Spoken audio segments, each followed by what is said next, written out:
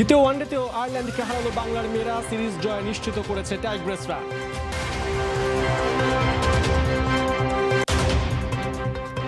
Abu Dhabi টি10 শেষ ম্যাচে হারালো বাংলা টাইগার্স, 7 উইকেটে জয় পেয়েছে ইউপি নবাবস। লিওনেল মেসি পেয়েছেন ফিফা দ্য বেস্টের শর্ট লিস্টে জায়গা। এই খবরে খুশি নয়, বরং দ্বিধা বিভক্ত ফুটবল দুনিয়া।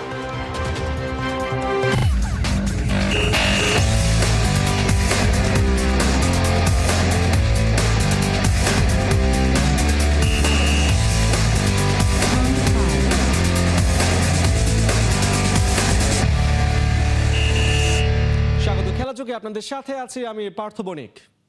ফিল্ডিংয়ে চমক দেখানো পারফরমেন্স আর ব্যাট হাতে চোয়ালবদ্ধ প্রতিজ্ঞা আয়ারল্যান্ডের বিপক্ষে সিরিজের দ্বিতীয় ওয়ানডে জিতেছে বাংলাদেশ নারী দল। প্রথমে ব্যাট করতে নেমে 6 উইকেটে 193 রান তোলে আইরিশরা। জবাবে ফারজানা শারমিনের জুটিতে 6 ওভার 1 বল বাকি থাকতেই টার্গেট টপকে যায় বাংলাদেশ। খালিদ জামিলের ম্যাচ রিপোর্ট। টাইগ্রেস ফিল্ডিং লাইনে বারবার মুড সুইং, এই ক্যাচ মিস তো এই দুর্দান্ত কামব্যাক। বাউন্ডারি লাইন থেকে রাবেয়া খানের ডিরেক্ট হিটে আর্লিন কোলিংকে রান আউট করাটা ছিল দর্শনীয়। এর আগে লংয়ে মারুফা আক্তার ক্ষিপ্র ফিল্ডিংয়ে বাঁচান বাউন্ডারি। নিজের নামের প্রতি সুবিচার করলেন আরও একবার। মিরপুরে দিনের শুরুটাও ভালোই করেছিল টাইগ্রেস বোলাররা। টস জিতে প্রথমে ব্যাট করতে নেমে ওপেনার গ্যাবি লুইসকে হারিয়ে বিপাকে আয়ারল্যান্ড। তাকে 2 রানে ফিরিয়ে সুলতানা খাতুন ভাঙেন ডেডলক। তবে পার্টনার সারা ফোর্বস উইকেট কামড়ে পড়ে থাকতে চাইলেও টেকেননি বেশি সময়। নাহিদ আক্তারের বলে লেগ বিফোর উইকেটের ফাঁদে পড়েন কাটা। এরপরেই আইরিশরা বাধার দেয়াল গড়ে তৃতীয় উইকেটে। এমি হান্টার আর ওরলা প্রেন্ডারগাস্ট ছুটতে থাকেন 100 রান পার্টনারশিপের পথে। তবে ওরলা রান আউটে কাটা পড়লেন ব্যক্তিগত 37-এ। স্কোর বোর্ডে অতিথিদের জন্য তখন জমা 3 উইকেটে 126। ক্যাপ্টেন হান্টার তুলে নিয়েছেন ওডিআই ক্যারিয়ারের 4 নম্বর 50। এরপর স্বর্ণা আক্তারের বলে আউট হয়েছেন 68-তে। আগের ব্যাটাররা গতি সীমিত নীতিতে চললেও ফিনিশিং টাচে বাড়ে সেটা। আর কাজটা করেন উনার রেমন্ড। 18 বলে 21 রান করে অপরাজিত থাকেন আইরিশ ব্যাটার। স্ট্রাইক রেট 120 ছুঁই। নির্ধারিত 20 ওভারে আয়ারল্যান্ডের সংগ্রহ 6 উইকেটে 193। ঘরের মাঠে টার্গেট তেমন চ্যালেঞ্জিং নয়, তবে ওপেনার মুর্শিদা খাতুন 6 রানে ফিরে গেলে শুরুর ধাক্কাটা হজম করতে হয় বাংলাদেশকে। দলের রান তখন 15। গ্যাবি লুইস যেন রান করতে না পারার আক্ষেপ ফিল্ডিংয়েই ঘোচাতে চান। তবে সেখান থেকে কামব্যাক করে টাইগ্রেসরা। শারমিন আক্তারের সাথে 85 রানের জুটি গড়েন আরেক ওপেনার ফারজানা। সেটা ভাঙে সেই লুইসের ম্যাগনেটিক ক্যাচে। অভিজ্ঞ টাইগ্রেস ওপেনার ফেরেন 50 রানে। শারমিন অবশ্য 50 তুলতে পারেননি। আভা ক্যানিং এর বলে এমি হান্টারের হাতে ক্যাচ তুলে ফেরেন ব্যক্তিগত 43 রানে। ক্যাপ্টেন নিগার সুলতানা খেলতে থাকেন বুঝে শুনে, পূরণ করেন ওয়ানডে ইন্টারন্যাশনালে নিজের 1000 রান। স্বর্ণাকে সাথে নিয়ে চড়াও হন আইরিশ বোলারদের ওপর। তবে কেলির বল উড়িয়ে মারতে গিয়ে মিস করেন লাইন, বোল্ড হয়ে ফেরেন ব্যক্তিগত 40 রানে। বাকি কাজটা অবশ্য সহজেই সেরেছেন সুবহানা মুস্তারি আর স্বর্ণা আক্তার মিলে। মুস্তারি 16তে ফিরে গেলেও 100 স্ট্রাইক রেটে ব্যাট করে অপরাজিত 29 রানে ম্যাচ শেষ করে তবেই মাঠ ছাড়েন স্বর্ণা। বাংলাদেশের জয় 5 উইকেটে, সেই সাথে সিরিজ জয়ও নিশ্চিত। খালিদ জামিল, 71। হারের মধ্য দিয়ে আবুধাবি টি10 লিগ শেষ করলেন সাকিব আল হাসান। শেষ ম্যাচে ইউপি নবাবসের কাছে 7 উইকেট হেরেছে বাংলা টাইগার্স। এদিন ব্যাট কিংবা বল 2 ডিপার্টমেন্টে নজর কাটতে ব্যর্থ সাকিব। না পেয়েছেন রান, না পেয়েছেন উইকেটের দেখা। বিস্তারিত রিপোর্টে। সাকিব আল হাসান আরও একবার, হয়তো অজানা সময়ের জন্য শেষবার, মাঠ ছাড়ছেন বিমর্ষ বিধ্বস্ত চেহারায়। আবুধাবি টি10 লিগে নিজেদের শেষ ম্যাচেও বাংলা টাইগার্সকে জেতাতে পারলেন না সাকিব। না ব্যাট হাতে, না বল হাতে, না ক্যাপ্টেন্সি দিয়ে। ফাইনাল কিংবা প্লে অফ দূর, ফেভারিট হয়েও বাংলা টাইগার্সের 9 নম্বর থেকে বিদায় নেয়া তাই বিস্ময়কর, চরম হতাশাজনকও বটে। আগের দিনই প্লে অফের রেস থেকে ছিটকে যাওয়ায় ইউপির বিপক্ষে ম্যাচে ছিল সাকিবদের শেষ অ্যাসাইনমেন্ট। সেই ম্যাচেই কিনা টস হেরে ব্যাটিংয়ে বাংলা টাইগার্স। টসের সময়ই সাকিব দিয়ে রাখলেন ব্যাড নিউজ, ইনজুরিতে খেলছেন না রশিদ খান। তবে টাইমাল মিলস আর বিনুরা ফার্নান্দোদের সামনে এদিন অসহায় ছিলেন বাংলা টাইগার্সের জাজাই শেহজাদরা। বলের সাথে পাল্লা দিয়ে রান তুলতে না পারায় স্কোরও বড় হয়নি। শেষ দিকে ইফতেখার আহমেদের 15 বলে 27 রান বাংলা টাইগার্সকে দেয় 4 উইকেটে 87 রানের পুঁজি। সাকিব ক্রিজে নামলেও কেবল শেষ বলটাই ফেস করতে পেরেছেন, যেখান থেকে কোনো রানই বের করতে পারেননি। ছোট লক্ষ্য ডিফেন্ড করতে নেমে শুরুতেই আবিষ্কা ফার্নান্দোর তোপে পড়ে বাংলা টাইগার্স। প্রথম ওভারেই গুরবাজকে সাথে নিয়ে ইউপি ওপেনার তুলে নেন 15 রান। অবস্থা বেগতিক দেখে দ্বিতীয় ওভারেই অ্যাকশনে সাকিব, তবে সাফল্য পাননি। একটা লেগ বাই আর একটা ডট সহ দেন 9 রান। ইনিংসের চতুর্থ ওভারেই নিজের কোটা পূরণ করেন সাকিব। অবশ্য এ দফায় তার বোলিং ছিল বেশ নিয়ন্ত্রিত। ফার্নান্দো আর ফ্লেচাররা কেবল 4টা সিঙ্গেলসই বের করতে পেরেছেন। শেষ পর্যন্ত 2 ওভারের কোটা সাকিব শেষ করেন 12 রানে উইকেট শূন্য থেকে। ইউপির ম্যাচ জিতে নেয় 7 উইকেটে। পার্থ বণিক, 71। আবুধাবি টি10-এ কেমন করেছেন সাকিব আল হাসান? দল ব্যর্থ হলেও ব্যক্তিগত নৈপুণ্যে হতাশ করেননি কাপ্তান। বল হাতে বাংলা টাইগার্সের সেরা পারফরমার সাকিব, ব্যাট হাতে অবশ্য আরও ভালো করার সুযোগ ছিল। রহমান পেয়ারের রিপোর্ট। শক্তিশালী দল গড়েও আবুধাবি টি10-এ সফল হতে পারেনি বাংলা টাইগার্স। প্রতিপক্ষের জন্য সাকিবের দল হতে পারেনি ত্রাস। 7 ম্যাচে জয় মাত্র 2টা, অথচ দলে রয়েছে রাশিদ খানের মতো বিশ্বমানের তারকা। দল ব্যর্থ হলেও ব্যক্তিগত পারফরম্যান্সে সাকিব ছড়িয়েছেন দুটি। ব্যাটে বলে বাংলা টাইগার্সের অন্যতম সেরা পারফর্মার তিনি। তবে বাকিদের ব্যর্থতায় দলটার করুণ পরিণতি।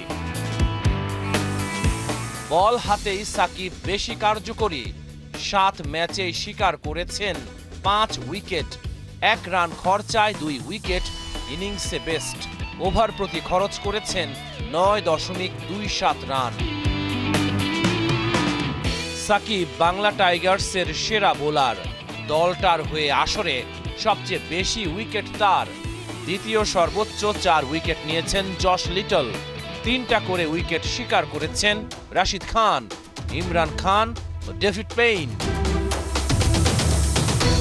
তবে ব্যাট হাতে সাকিব দিতে পারেননি তার সেরাটা। 4 ইনিংসে 63 রান নামের পাশে। ব্যাট করেছেন 116 স্ট্রাইক রেটে। রহমান পেয়ার, 71। বড়দের টানা ব্যর্থতা। আফগানিস্তান মানেই এক অজানা শঙ্কা, তার উপর প্রথমবারের মতো এশিয়ান লেভেলে খেলা।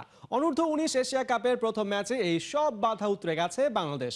আফগানিস্তানকে হারানোর পর জুনিয়র টাইগারদের সামনে এখন প্রতিপক্ষ নেপাল, যাদের বিপক্ষে রবিবার বাংলাদেশের দ্বিতীয় ম্যাচ। এবারের আন্ডার-19 এশিয়া কাপে বাংলাদেশের বড় নাম ক্যাপ্টেন আজিজুল হাকিম। আফগানদের বিপক্ষে প্রথম ম্যাচেই দুরন্ত সেঞ্চুরিতে নজর কেড়েছেন। ওপেনিংয়ে কালাম সিদ্দিকীও ধৈর্যশীল ইনিংসে পেয়েছিলেন 50। নেপালের বিপক্ষে তাই ফোকাস থাকছে এই জুটির ওপর। অবশ্য বাংলাদেশের বোলিং ডিপার্টমেন্টও শক্তিশালী। দলে আছেন ইমন ও মারুফ মৃধার মতো আগ্রাসী 2 পেসার, আছেন রাফির মতো ম্যাচের মোড় ঘুরিয়ে দেয়া স্পিনার। প্রথম ম্যাচে এই 3 জন মিলে তুলে নিয়েছেন প্রতিপক্ষের 8 উইকেট। এদিকে আন্ডার-19 এশিয়া কাপে নেপালের শুরুটা হয়েছে শ্রীলঙ্কার কাছে হেরে, তাই টুর্নামেন্টে টিকে থাকার জন্য বাংলাদেশের বিপক্ষে তাদেরও জয় চাই। দুবাইয়ে বাংলাদেশ নেপাল ম্যাচ শুরু সকাল 11টায়। গত ম্যাচে দুর্দান্ত পারফরমেন্স ধরে রাখতে পারল না তানজিম সাকিব। গ্লোবাল সুপার লিগে ভিক্টোরিয়ার কাছে তার দল গায়ানা অ্যামাজন হেরেছে 4 উইকেটে। তানজিম সাকিবের দল গায়ানা আগে ব্যাটিংয়ে নেমে দারুণ শুরু পায়। মঈন আলী ও সেই হোপের 67 রানের পার্টনারশিপ এবং শেষে হাসান খানের 25 রানের ক্যামিওতে 162 রানের পুঁজি পায় গায়ানা। জবাবে দ্বিতীয় ওভারেই তানজিমের হাতে বল তুলে দেয় কাপ্তান ইমরান তাহির। তবে গেল ম্যাচের চেয়ে আজ বেশ খরুচে ছিল সাকিব। 4 ওভার বোলিং করে 8.5 ইকোনমিতে 34 রান দিয়ে 1 উইকেট পান তিনি। এই হারে 2 পয়েন্ট নিয়ে টেবিলের দ্বিতীয় অবস্থানে আছে গায়ানা।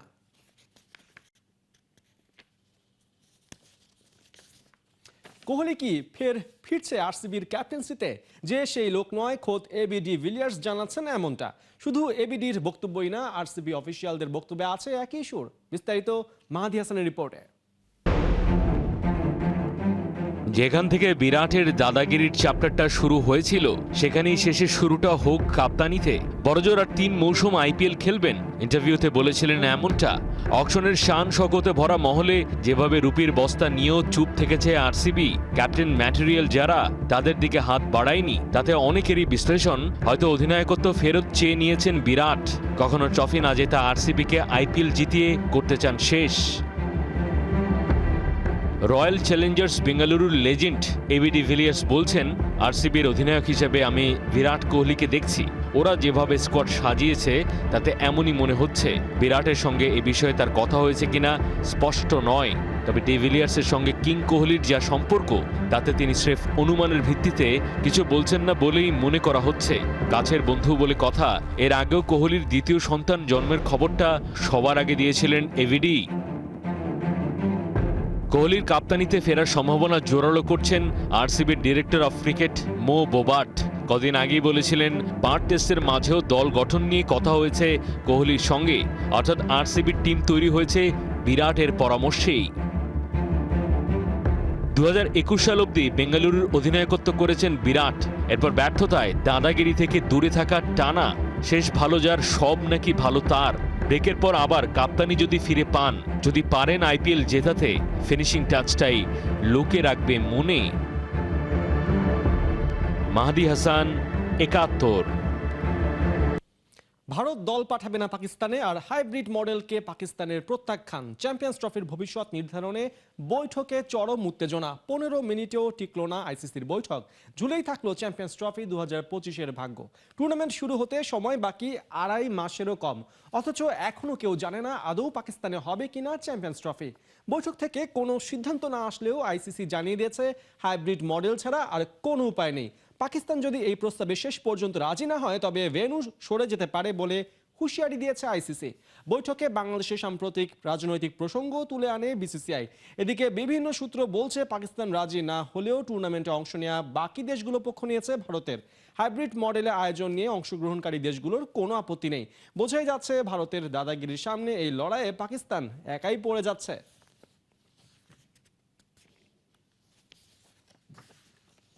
বাফুফে কার্যনির্বাহী কমিটির 15তম সদস্য হিসেবে নির্বাচিত হলেন সাইফুর রহমান মনি। বাফুফে ভবনে অনুষ্ঠিত ভোটের লড়াইয়ে সাবেক এই ফুটবলার 56 ভোট পেয়ে নির্বাচিত হয়েছেন। সাইফুর রহমান মনির প্রতিদ্বন্দ্বী এখলাস উদ্দিন পেয়েছেন 51 ভোট। শনিবার সকাল 11টা থেকে দুপুর 1টা পর্যন্ত বাফুফে ভবনে এই ভোট গ্রহণ অনুষ্ঠিত হয়, যেখানে 133 জন কাউন্সিলরের মধ্যে 107 জন ভোট দিয়েছেন। বাংলাদেশ ফুটবল ফেডারেশনের গত 26 অক্টোবরের নির্বাচনে এখলাস উদ্দিনের সঙ্গে সমান 61 ভোট পান সাবেক স্ট্রাইকার সাইফুর রহমান মনি। শনিবার সমতা ভাঙার নির্বাচনে সাইফুর রহমান মনি 56-51 ভোটে এখলাস উদ্দিনকে হারিয়ে বাফুফের 15তম সদস্য নির্বাচিত হয়েছেন। ফিফা দ্য বেস্টের শর্ট লিস্টে জায়গা পেয়েছেন লিওনেল মেসি। এই খবরে খুশি নয় বরং দ্বিধা বিভক্ত ফুটবল দুনিয়া। অন্যদিকে মেসি জায়গা পেলেও বাদ পড়েছেন তারই রাইভাল ক্রিস্টিয়ানো রোনালদো। তবে কি ফিফার পক্ষপাতদুষ্ট আচরণের শিকার অন্য ফুটবলাররা? সমালোচনার ঝড় চারিদিকে। কোহিনুর কণা রিপোর্ট। যে লিওনেল মেসি পুরো দুনিয়াকে এক করে দেয়, সেই মেসি যেন 2 ভাগে ভাগ করে দিল ফুটবল বিশ্বকে। চারিদিকে সমালোচনার ঝড়, একের পর এক প্রশ্ন। তবে কি আকাশে বাতাসে যে কথাগুলো ভেসে বেড়ায় তাই ঠিক? আর্জেন্টাইন সুপারস্টারের প্রতি ফিফা একটু বেশি আন্তরিক? একদিন আগেই প্রকাশিত হয়েছে ফিফা দি বেস্ট 2024-এর শর্ট লিস্ট, যেখানে সবাইকে চমকে দিয়ে তালিকায় জায়গা করে নিয়েছেন 37 বছর বয়সী লিওনেল মেসি। মেন্স প্লেয়ার ক্যাটাগরিতে আরও আছেন ভিনিসিয়াস জুনিয়র, আর্লিং হালান্ড, উদীয়মান তারকা Jude Bellingham, Lamine Yamal. 21 August 2023 থেকে 10 আগস্ট 2024 এই টাইমলাইনে সেরা পারফর্ম করা প্লেয়াররাই জায়গা করে নেন ফিফা দি বেস্টের শর্ট লিস্টে। অথচ এই লাইন আপে নেই লিভারপুলের সেরা তারকা, যে কিনা দলের হয়ে প্রতি ম্যাচেই রাখছেন অবদান, সেই মো সালাহ। চলতি সিজনে ইজিপশিয়ান কিং দুর্দান্ত পারফর্ম করে চলেছেন। প্রিমিয়ার লিগ থেকে চ্যাম্পিয়ন্স লিগ সব মিলিয়ে এই মুহূর্তে ইউরোপিয়ান ফুটবলে লিড করছে লিভারপুল। এরপরেই ফুটবল ভক্তরা সরব হন সোশ্যাল মিডিয়ায়, জানান নিজেদের ক্ষোভের কথা। ব্যালন ডিওরে মনোনয়ন না পাওয়া মেসি দ্য বেস্টে জায়গা পাওয়ায় অবাক হয়েছেন অনেকেই। আদৌ ইউরোপিয়ান কম্পিটিশনের সাথে কোনোভাবে MLS এর পারফরমেন্সের তুলনা কিভাবে চলে তা নিয়েও উঠেছে প্রশ্ন। এই সমালোচনার আরেক লেয়ারে উঠে আসে ক্রিশ্চিয়ানো রোনালদোর নাম। ফুটবল ভক্তদের দাবি, এই লিস্টে যদি এলামটন জায়গা পান তাহলে ক্রিশ্চিয়ানো রোনালদো কেন পেলেন না? চলতি সিজনে দেশ আর ক্লাবের হয়ে CR7 করেছেন 20 গোল, 780 ক্লাব গোল, 915 ক্যারিয়ার গোল এই পর্তুগিজ সুপারস্টারের। তবে কি ফিফার একচোখা আচরণই হচ্ছে এমনটা? ফিফা দি বেস্ট 2024 নির্বাচনের জন্য ভোটিং লাইন খোলা থাকবে 10 ডিসেম্বর পর্যন্ত, আর 2025-এর জানুয়ারিতে তুলে দেয়া হবে অ্যাওয়ার্ড। ধারণা করাই যায়, যদি টানা তৃতীয়বার লিওনেল মেসির হাতে উঠে যায় এই পুরস্কার, তাহলে আরও একবার জ্বলে উঠবে বিতর্কের আগুন। কোহিনুর কণা, 71। ইনজুরিতে মাঠের বাইরে থেকেও বিপদ কাটছে না ভিনিসিয়াস জুনিয়রের। এবার তার বিরুদ্ধে লা লিগা এনেছে পাইরেসির অভিযোগ। ক্ষিপ্ত হাবিয়ের তেবাস প্রশাসন রিয়াল মাদ্রিদকে পাঠিয়েছে চিঠি, ভিনিকে দিয়েছে ওয়ার্নিং। তবে কি এমন পাইরেসি করলেন ভিনি? বিস্তারিত থাকছে রায়হান আহমেদের রিপোর্টে। সময় খারাপ গেলে যা হয়, ভিনিসিয়াস হ্যামস্ট্রিং এর চোটে এমনিতেই আছেন মাঠের বাইরে। মিস করেছেন চ্যাম্পিয়ন্স লিগের লিভারপুলের বিপক্ষে রিয়ালের ম্যাচ। তার অনুপস্থিতিতে লস ব্লাঙ্কোরাও হেরেছে 2-0 গোলে। তবে মাঠের বাইরে বসেই ভিনি এবার এমন কাণ্ড ঘটিয়েছেন যে তাতে ক্ষেপে গেছে লা লিগা, রীতিমতো চিঠি দিয়েছে রিয়াল মাদ্রিদকে। ভিনিসিয়াসের বিরুদ্ধে লা লিগার অভিযোগ পাইরেসির। তবে কি এমন পাইরেসি করলেন ভিনি? ঘটনাটা মূলত ঘটেছে লিভারপুল ভার্সেস রিয়াল মাদ্রিদের চ্যাম্পিয়ন্স লিগ ম্যাচের রাতে। সেদিন মাঠের বাইরে থাকা ভিনি ঘরে বসে থাকলেও মিস করতে চাননি লস ব্লাঙ্কোসদের খেলা। যে ভাবা সেই কাজ, টিভি অন করে একটি ব্রাজিলিয়ান টিভি চ্যানেলে শুরু করেন ম্যাচ দেখা। এ পর্যন্ত ঠিকই ছিল, খানিক বাদেই তার সেই ম্যাচ দেখার ছবি ভিনি পোস্ট করেন সোশ্যাল মিডিয়া স্টোরিতে।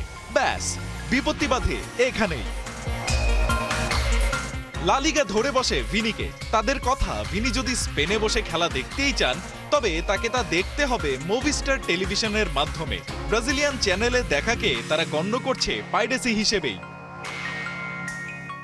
বিভিন্ন গণমাধ্যম বলছে প্রতি সিজনে পাইরেসির জন্য লা লিগা প্রায় 700 মিলিয়ন ইউরো ক্ষতির সম্মুখীন হয়, যে কারণে লা লিগা এবং তার প্রেসিডেন্ট হাভিয়ের তেবাস বেশ কড়া পাইরেসির বিরুদ্ধে। তাই এ ঘটনায় তারা এক মুহূর্ত দেরি করেনি রিয়ালকে চিঠি পাঠিয়ে প্রতিবাদ জানাতে। সাথে পরবর্তীতে এ ব্যাপারে সাবধান থাকার জন্য ভিনিকে হুঁশিয়ারি দেওয়া হয়েছে লা লিগার পক্ষ থেকে। যদিও এ অসময়ের মাঝেও একটি সুখবর পেয়েছেন ভিনিসিয়াস। দুরন্ত পারফরম্যান্সে নভেম্বর মাসের জন্য লা লিগা প্লেয়ার অফ দ্য মান্থ নির্বাচিত হয়েছেন এই ব্রাজিলিয়ান সুপারস্টার। লা লিগায় এখন অবধি এ সিজনে 13 ম্যাচে 8 গোল আর 5 অ্যাসিস্ট করে রীতিমতো উঠছেন ভিনিসিয়াস। রায়হান আহমেদ, 71। চলছে খেলাযোগ সরাসরি সংবাদ অনুষ্ঠান দেখতে চোখ রাখুন 71-এর ফেসবুক পেজে এবং সাবস্ক্রাইব করুন 71-এর ইউটিউব চ্যানেল। 71-এর সাথেই থাকুন।